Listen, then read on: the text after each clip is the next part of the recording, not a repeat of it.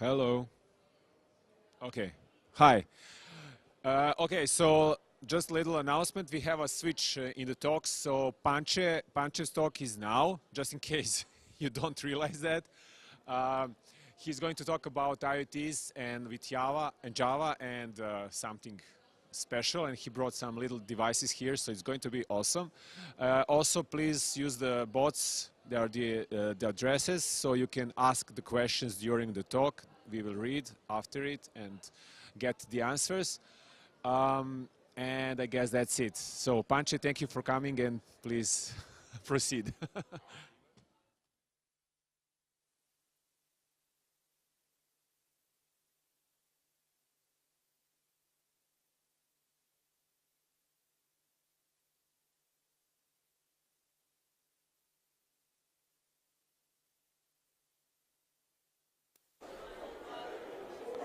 1, 2, 1, 2.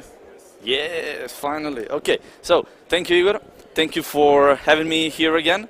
As I said, this is my third time as I'm in Vox Days, Belgrade, and you guys are really doing a perfect job. So I tried to take like two pictures of me, which kind of look nice, and I believe that these are okay. So this is 2015, 2016, 2017. So yay.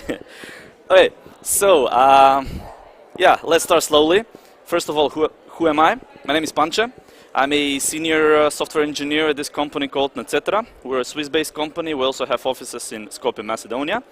I'm also the leader of the Java user group in Macedonia. I'm one of the administrators of this competition that we're making. It's called CodeFu. It's algorithmic coding competition. Besides that, I'm also a huge hardware and IoT enthusiast, and I'm the initiator of the Things Network in Skopje. I will talk a little bit more in details about that later. So on the internet, you can find me on pancha.mk. Every once in a while, I write something down there, or you can just find me anywhere on the internet by the nickname of Silomedos. So my Twitter handle, Silomedos, and everywhere else, yeah. Besides my usual work, I also organize this conference called JavaScope. So we do it once a year. It's an open community conference. We take like 2 cinema halls, and we're doing Java talks throughout the entire day. So if you want to come visit Skopje, if you want to give a talk about something Java or Java related, let me know, or just follow me on Twitter, and we can make it happen. So what's in for you guys today? So I have 5 topics that I want to cover.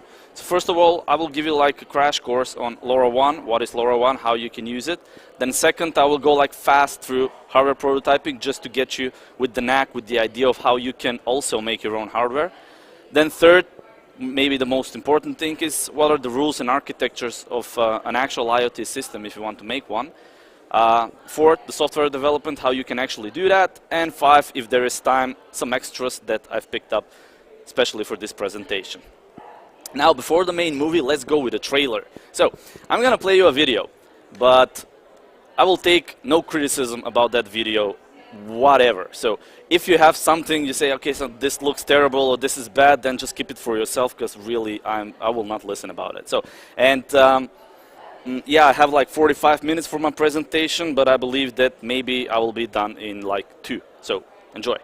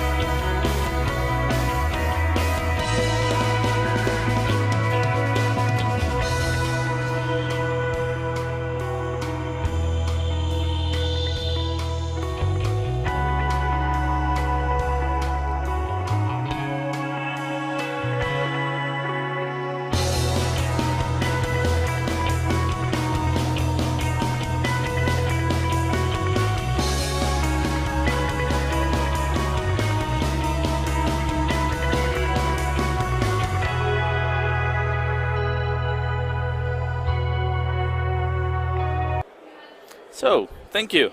And I believe that I'm done. I can go now, right? Or maybe just not yet. Okay, so if I'm kind of missing the point with the video, so let me just explain one thing. So the product, the thing that we made is called Skopje Pulse. And the problems that we're trying to solve with it are some problems that the city has been facing for the past several years already. So first one, and the one that imposes like the most of it, it's the extreme air pollution, which is getting worse and worse every winter there. Second is the excessive urban noise, which somehow it's not being controlled nicely. And third are some current flash floods that happen every once in a while. Now, for these problems, there are like no clear means of improvement. Not that like the city government or that the people don't want to improve that. It's just that we're not in possession of the exact facts for what are the actual causes of those problems, and that can be a real trouble for it. So everyone is just shooting up ideas, you know, the air is polluted because of this, the air polluted because of that, but without any clear insights about what the real reasons are, we cannot really solve that problem. So what we're trying to do here, what is our approach, is to kind of leverage the technology that we have on our disposal. So we're building a crowdsourced sensor network, which we are deploying all around the city. We're making data analysis, and more importantly, we're making that data to be available for everyone out there who wants to use it. We have a system that issues warnings whenever the data kind of goes bad. So it says, okay, extreme air pollution or an imminent flood or something like that. And last but not least, we are trying to give the actual clearer insights and the basis for action, either from the city government or from different groups of people, whatever. Okay, so let's go now through the presentation. First of all, LoRaWAN, crash course. So just with a raise of hands, says anyone heard anything about LoRaWAN? 1, 2, 3, 4, 5. Okay, so you're in the right room in that case. So let's first talk a little bit about LoRa. So LoRa comes from long range, and it is nothing more than just one radio modulation. So a way how you can transmit data, how you can transmit radio signals over the air. Now, I'm not really that much into telecommunications, so I can speak a bit more about the different things there, but the most important stuff that you need to take with yourself about LoRa is that it's an enabler, it's a communication enabler which will allow you to make low-powered, long-range and low-cost devices, to make them on your own. So just to put this into numbers, let's say that you're making a sensor or a device. If you utilize LoRa with it, so you can make that sensor to be powered with like 2 batteries in it, and it should work without problems for several years, let's say. That's one. Second, it will cost you, well, not much. I mean, because the chips are relatively cheap to get, and they're easy to install, so you don't have like a huge overhead in order to make them. And third, you will achieve extreme long range distances with it. Just to put this in number, if you're talking like urban distances, and if everything is being set right, you can easily achieve like 5 kilometers of range. That's really not that big of a problem. And if you think about rural stuff, then you can go even further than that. Now, month and a half ago, there was a new groundbreaking record that has been set with LoRa and LoRaWAN, and the longest distance that has been that has been achieved with LoRaWAN, and it was an astonishingly 702 kilometers. So that's the maximum distance that someone has made by now. Now there is a bit of a trick in that, because one of the stations, so the receiving site, was actually borderline in space, and it was a very clear day, so maybe that kind of helped a bit, but still the number is still very impressive. Now, the one bad thing, well, which I call that is bad, it's that LoRa as a modulation technique is patented and is proprietary by this company called Semtech. Now, they're not evil, they're being pretty cool about it, it's just that they own the patents and everything around it. Other things which are really pretty much important is LoRa can work on license-free ISM bands. That means that if you want to install your own LoRaWAN network, you really don't need to answer to any regulatory body or something. These frequencies are free. Anyone can use them. They are being classified as those hobby frequencies or something. So unless you're not exceeding the power limitations that are being set in every country, you really have no one to report to about this one. In Europe, 868 megahertz is the frequency that you need to go with. And last but not least, you can use multiple channels and multiple spreading factors, making the LoRa communication to go in parallel, quite much in parallel with it. Now LoRaWAN. LoRaWAN stands for, again, Long Range Wide Area Network this time. And it's nothing more than just a MAC layer which is built on top of LoRa. So what it does is that it strips away, it abstractizes all this low-level radio communication, the complicated stuff for you, and it focuses more on the protocol that we have in hand. But I would even say that it focuses more on the application, on the task that we have in hand, because the protocol, LoRaWAN protocol, is built like application first to go there. So it kind of strips away all of that, and it also includes a lot of stuff with it, which I will talk about later for that. Now, this thing, de facto, the new IoT communication standard, this is not written somewhere in Wikipedia. This is just my conclusion about it, because as far as I can see, and as far as the technology is going for the past 2 years, and the prognosis for it, it really is at the moment, and it will be the new IoT communication standard. And last but not least, something that is really important here is that this is not just something that has been developed by one company and say, let's go, we made like an IoT protocol, so please everyone use it. No, it's really not that case. So the specification and the development is being guided by this body that is called LoRa Alliance. And LoRa Alliance is a set. It's a company, it's a group, it's an organization that has been made by multiple companies, multiple organizations, and even individual. So since we're in the Java world, you can easily make that parallelization, say that LoRa Alliance is to LoRaWAN as to what JCP is to Java. So kind of function in a very similar fashion there.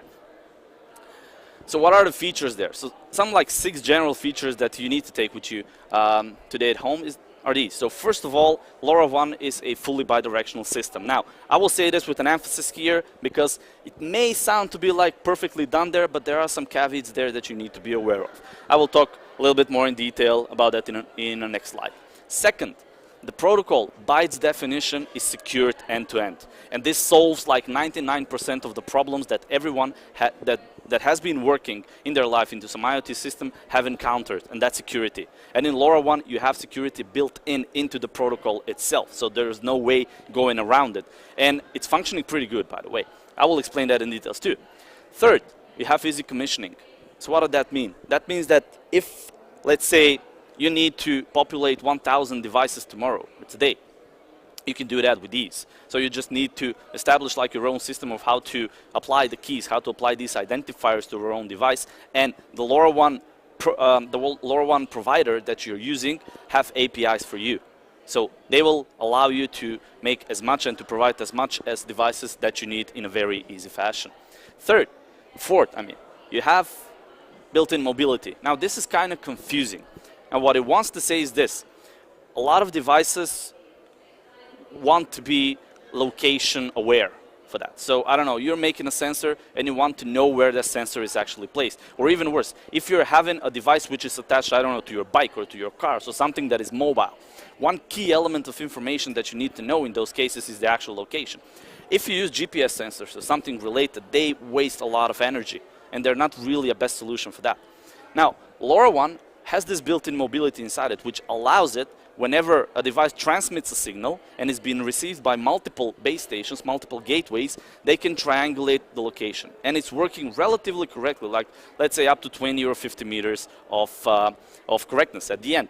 But to achieve this, you need no extra energy at all. So it's right there, it's built into the protocol. You will just get the longitude and the latitude of the signal of the sensor where it's been sent from. Fifth, the network is very easy to scale, and by scaling here I mean like adding or removing capacity on it. So let's say that currently we need to cover like this entire hole, and if we want to cover the entire hole here, we can just, I don't know, place one gateway there. It will be rather enough. But if at some point we say, okay, now we have like a lot of traffic here, we need to improve the capacity of it, we can just easily tune down one of the gateways and say, okay, now take a little less space and apply 3 additional ones. And with it, we are immediately expanding our own network scale. Now, if you can just put that into, like, let's say into a city measure, then you can see actually how easy it is to like expand your networks and get more coverage or get more network capacity whatsoever. And last but not least, as I said, LoRaWAN is a standard protocol. It's not been led by one company, it's been led by LoRa Alliance, which is a groupation of multiple companies, multiple organizations, and individuals at the end. How does the architecture here look like? So this is one classical LoRaWAN system that you have, and regardless of the provider, at the very end, it will still look like something like this. So let's start with these. At the very end, you have your end nodes. These are your devices. These are the things that you made. These are the things that are either sending data or that are either receiving data. And these are on the one end. Now, they communicate through LoRa. And their target for communication is those called base stations or concentrators or gateways, you name them, whatever.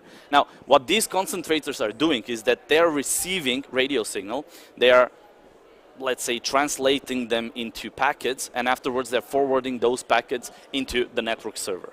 Now, this network server is kind of like, in quotes, network server, because it can be really different from provider to provider. At one places, it can be just one router that takes your data from your concentrator to the application server, but in most cases, these are like huge distributed systems which have multiple layers and multiple elements inside. We will not get into that at all. And at the end, you have your application server. This is where your application, when your data resides. That's the final piece where your data need to arrive from. And now, what makes LoRaWAN really good is that all these pieces are already built into the protocol. So you really don't need to worry about that. And finally, the communication between is a secured payload. So it's been secured end-to-end. And it's not just one type of security, so you have like two levels of encryption that is already being applied there. One level of encryption is the end-to-end application encryption, which guarantees that it will be only you who will have the keys at the end to decrypt your data. That whatever happens inside, your data cannot be affected, or at least if it's affected, you will be aware of that. And the second thing is that it has one additional layer of security, one additional layer of encryption, which is network layer encryption. And this is something that, again, just adds an additional precaution that can sense if someone has been meddling in within the network. So just to be sure also about that. Okay, now, that's all good, but yeah, it's not all that rainbows and unicorns at the end, so it has its own limitations. So let's start with like this. If you want to use LoRaWAN as a system in order to make like video transmission over long distances, then we're talking about a very different protocol. This is really not what you need. So LoRaWAN has some core limitations that you need to be aware of at the very beginning. If your system, if the application that you want to design or make doesn't fit within these limitations, then go ahead and look for something else. So first of all, the speed is very low. And here I'm talking from 250 to 5.5K bits per second. That is not even bytes, that's bits per second. So it's very low. But it's configurable. You can go from the low or the fast speed. Okay. Second, you can send very small packages. Now this is dependent from the provider, but let's say if the package that you're sending or receiving doesn't exceed 20 bytes, then you're probably in the safe zone.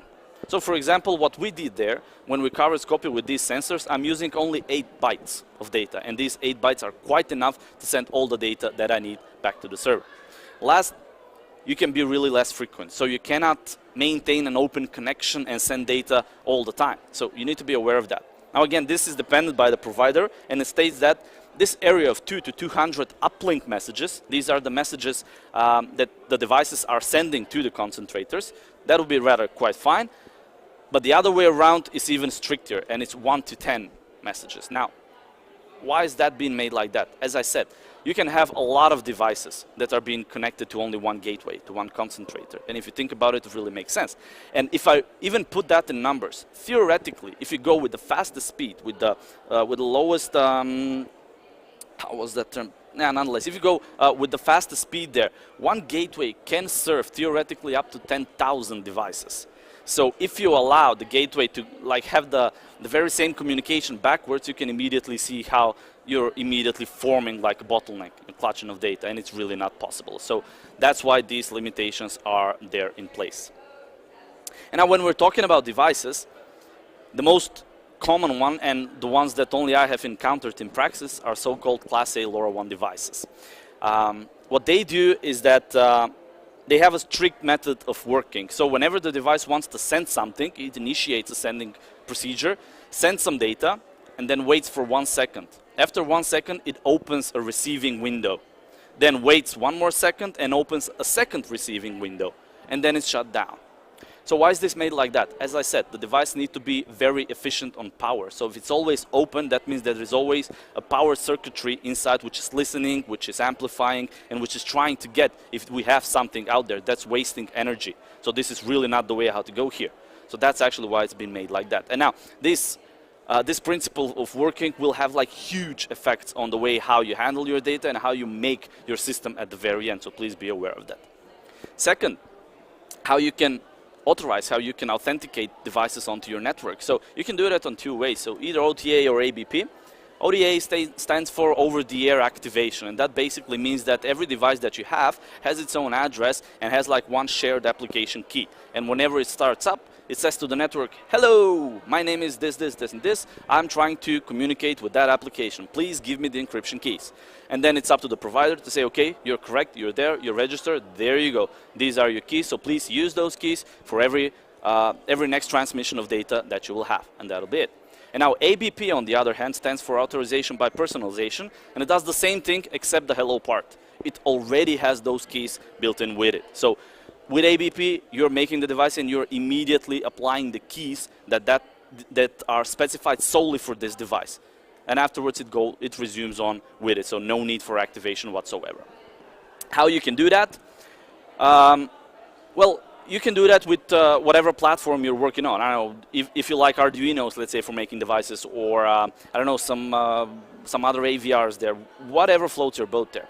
But you need like a transceiver that can allow you to do either LoRa or LoRaWAN communication. And from all of the options that I know, these two are like my favorites. So first of all, first one that you can use is this called microchip RN2483.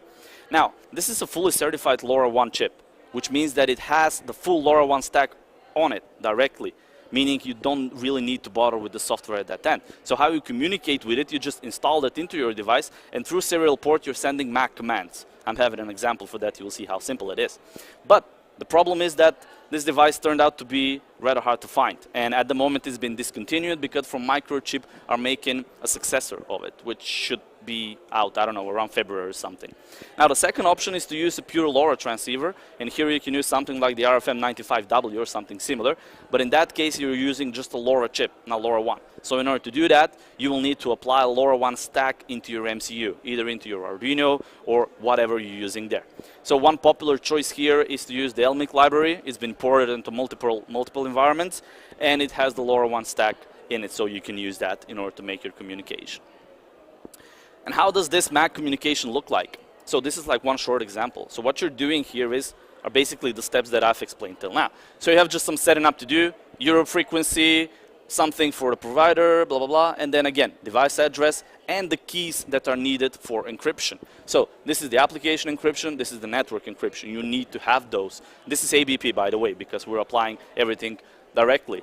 And then on the other side, you have the actual communication. So first of all, we're setting power index 1, meaning we go with the full power that we can get out of it. Then second, we say data rate. Now 0 is the slowest, 5 is the fastest that we can go. And here we need to be careful, because if you go with fastest, that effectively means that the range that our device can achieve is lowest. If we go with the lowest speed, then we can go like the further distances where our signals can actually travel. We're saving all this, we're saying join, and afterwards we're just saying transmit data.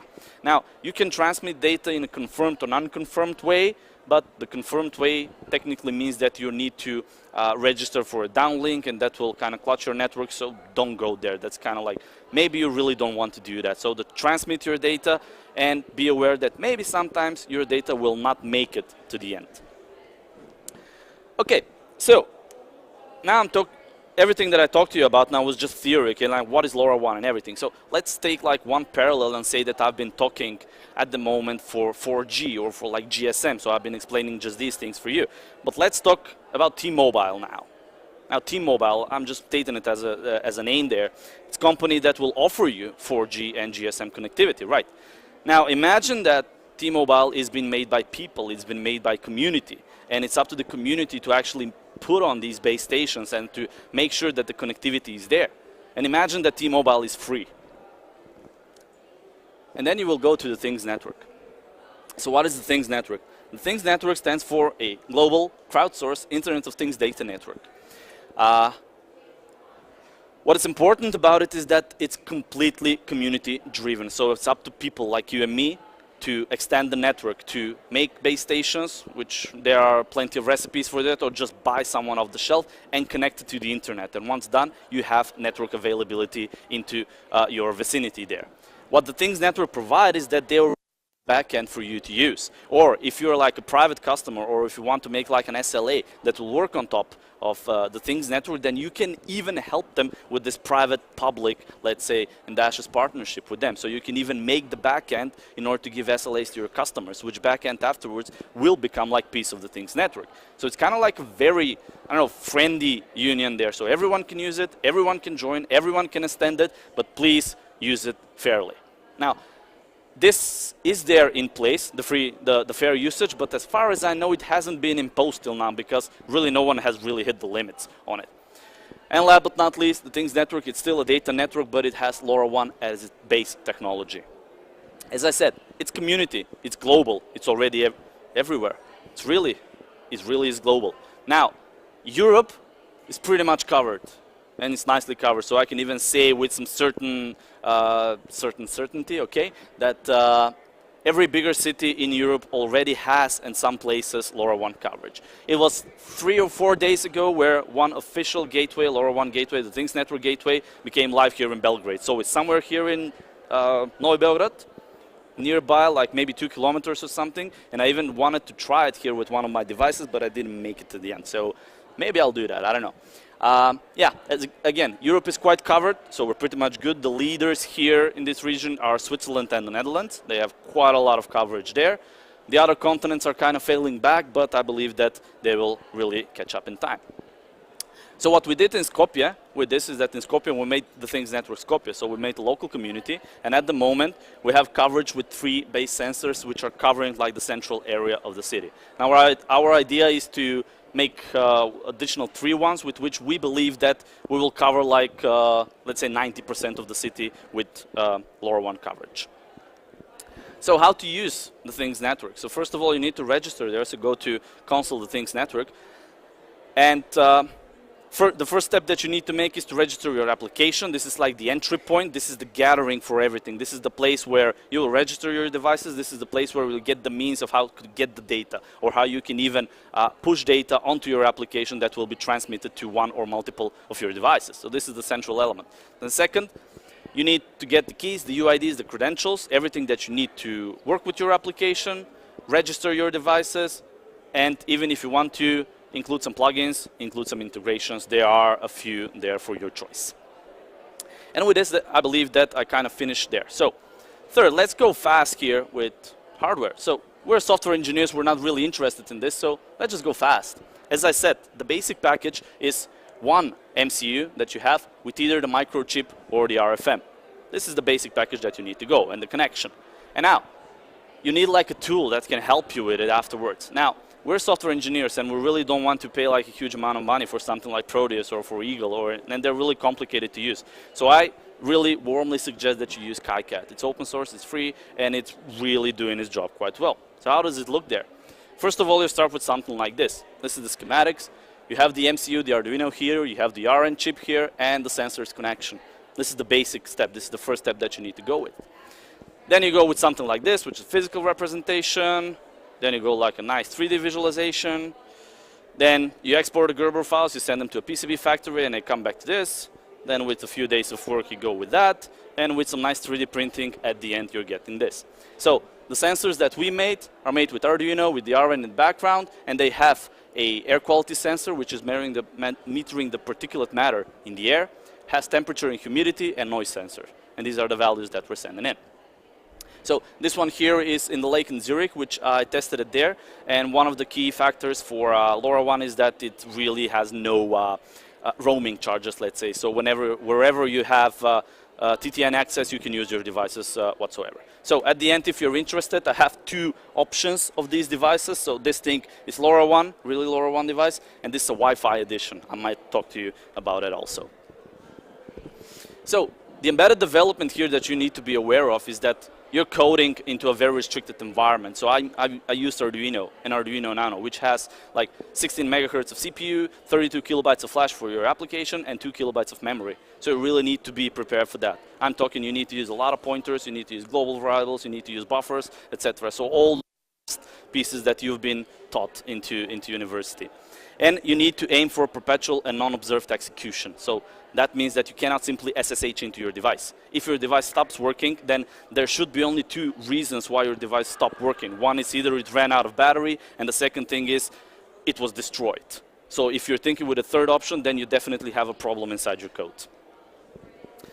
Now the most important piece, rules and architecture, how to build your IoT system actually. So first of all, you really need to decouple. And now I know this is the regular yada, yada, yada, please use microservices, decouple, but please decouple this. Because you really need to make like a clear separation of concern of what you're making.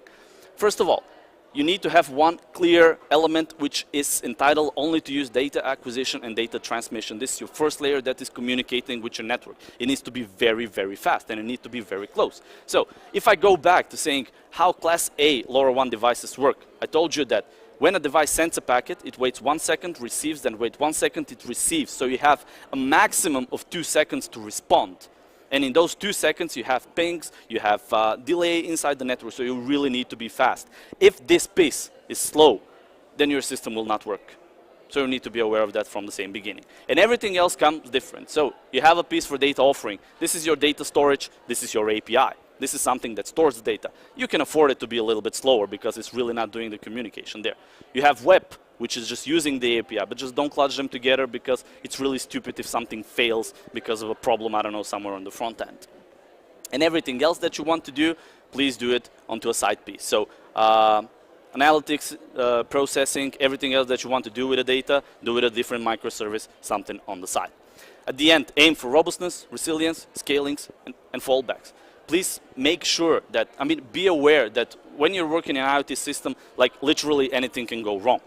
You can lose connection, your devices may fall out, your network connectivity may fall out, so anything can happen. So plan and build your system upfront solely for this. So too long didn't read, please use containers, please use orchestrators. They will help you quite a lot into making your system as stable as possible. Second, optimize. And here by optimize, I mean aim to have like almost no overhead for it. So again, because of the Class A LoRaWAN devices, how they work, because you need to be fast when you respond to that. So if you're possible, use binary protocols. Use like always-on connections. Don't use some asynchronous HTTP connections, like they're really bad. React and store fast. Even if you need to make like some decisions, please make the decision first and respond to the network immediately and store the data afterwards. Like this, you're running safe. And last but not least, aim for short physical distance. This is the only place where the short physical distance between your server and the network server is really important. If you have a network delay of, let's say, 1 second, you're already losing 1 second response time in your application. So this is really important, for example. So one way to go here is to use MQTT, and an optimized MQTT is really a way to go. Third element is how you can store your data. So IoT data in like 99% of the time is time series based. So it basically says that at that time point, a sensor somewhere, something happened, and it sends us all these data. So everything is bound with the time. Or if you go with the other way around, then we're saying that at that specific time, the server instructed to that sensor, so those sensors to do that and that and that. So timestamps are like the core elements. And if you are storing a huge amount of data, please go with a system that kind of functions in both of them. So besides that, be aware that you will have like redundant data from time to time. You will have impartial data. Again, it's not really reliable. You will miss a few or maybe a lot of packets there, so please be aware of that. Use a data store which is append only. Don't change data inside, just append at the end. Always just append. If you need to calculate something, calculate it and append the result somewhere else. If you need to change data somewhere into your process, you're doing something very wrong. Like really very wrong. It will take a lot of time and you have a problem into your design. Don't aggregate but process. Let me put it this way. If you need to measure like the average of how the air pollution has been in the last day, don't aggregate that, don't calculate that, but just apply one microservice at the end, which every once in a while will just calculate that and store that value for you. And it will be a lot more faster like this. And last but not least, learn how to live with eventual consistency and design your system to live with eventual consistency. So what we went here, went with Apache Cassandra. And at the end, we got with a system that looks something like this. So we have the sensors, we have the gateway, we have the things network. All these are communicating, sending the data to an MQTT. Here we have a acquisition, data collection microservice, which gets everything, sends it to the central server. And because all of this is being cleanly slated, then we have different microservices which are doing other stuff on the site. Now, how can we do that? Now, the theory is everything fine, but let's put everything together. So, I'm a Spring guy, and I like Spring Boot. And it really does the job fine in this case, because it's very easy to make microservices, it's very easy to limit onto what your bits and pieces of the application can do. So I most warmly recommend it to everyone to use it. Getting to TTN, how you can get the data there. So as I said, optimized MQTT is really the way to go. And the Things Network have their own cloud-based MQTT broker system. So you can use that. In order to use that, you can use Eclipse PAHO, the client library for Eclipse PAHO. How you can make it is basically just make like component client, which says the MQTT callback, so the good old action handler logic there.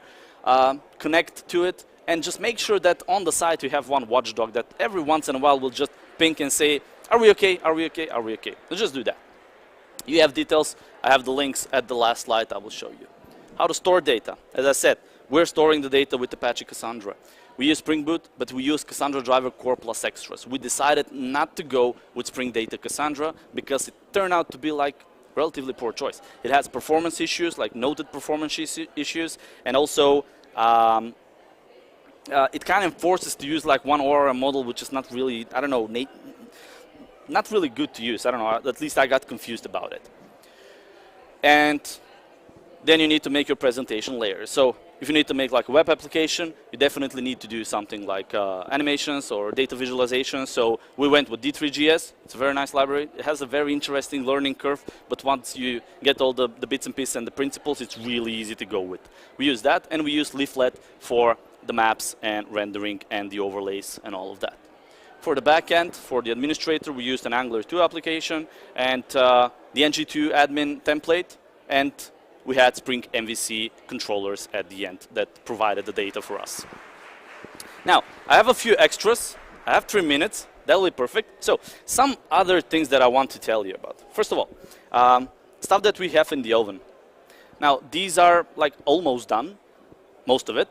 So we have this Nostradamus, and it's like time series forecasting service, which effectively is using all the historical data, everything that we have in the system, and everything that has been happening for the past week. And based on those two, it can like efficiently forecast what is going to happen tomorrow.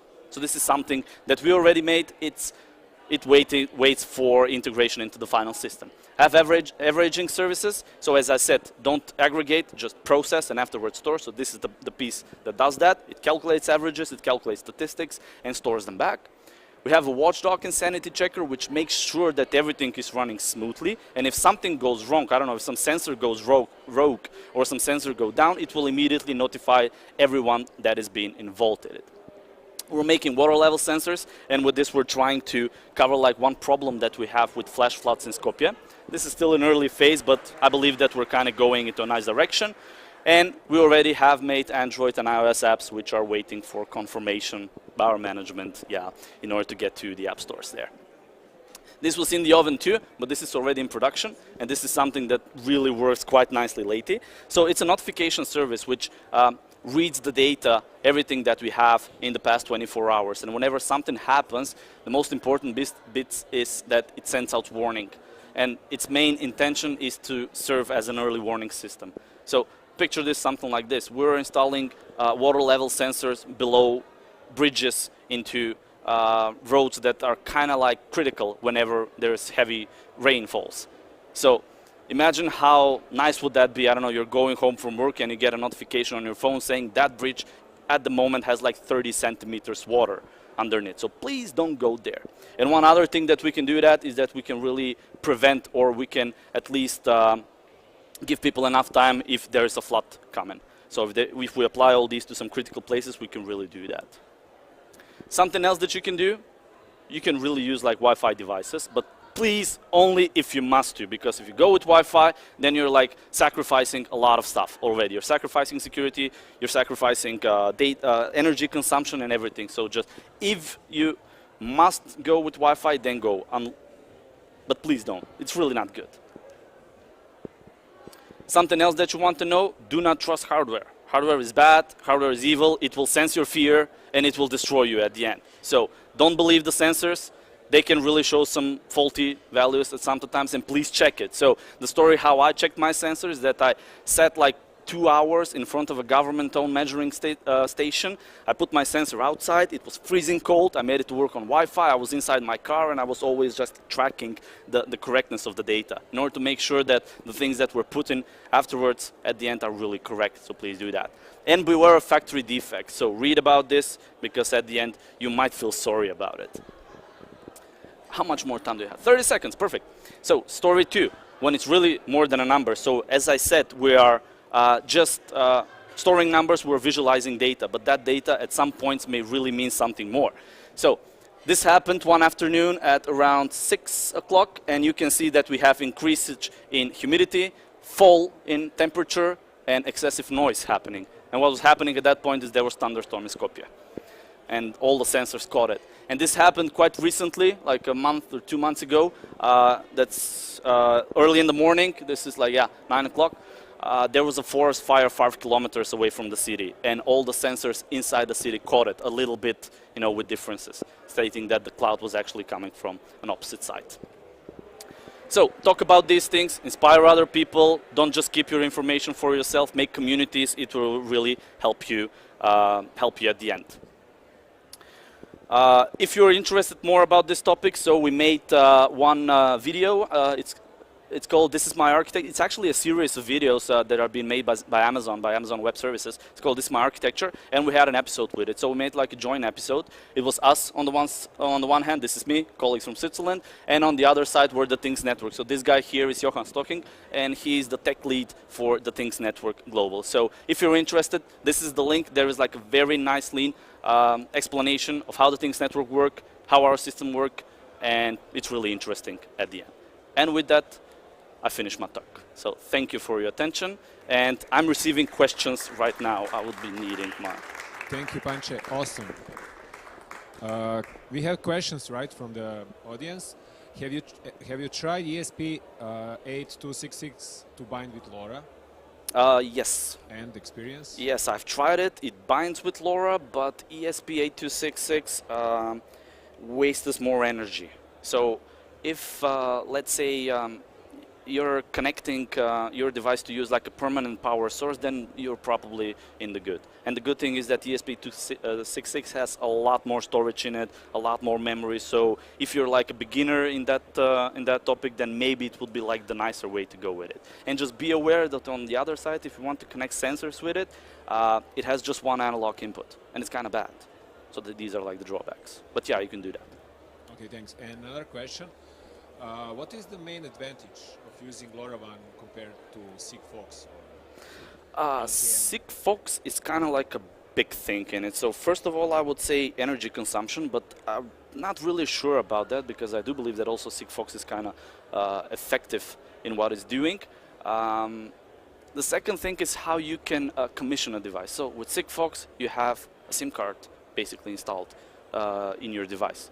And you need like a clear, I don't know, something like a contract with their, in order to make this communication happen. With LoRaWAN, this is really not an issue. So you can just issue your own devices and place them wherever you want. Thanks. Any other question from the audience? No. Okay, that's about time. So if you need, I don't know. Yeah, I'll be around. So if you want to see the sensors, just approach me. They're left here. I will explain you. Awesome. Thank you. Yeah. Thank you, everyone.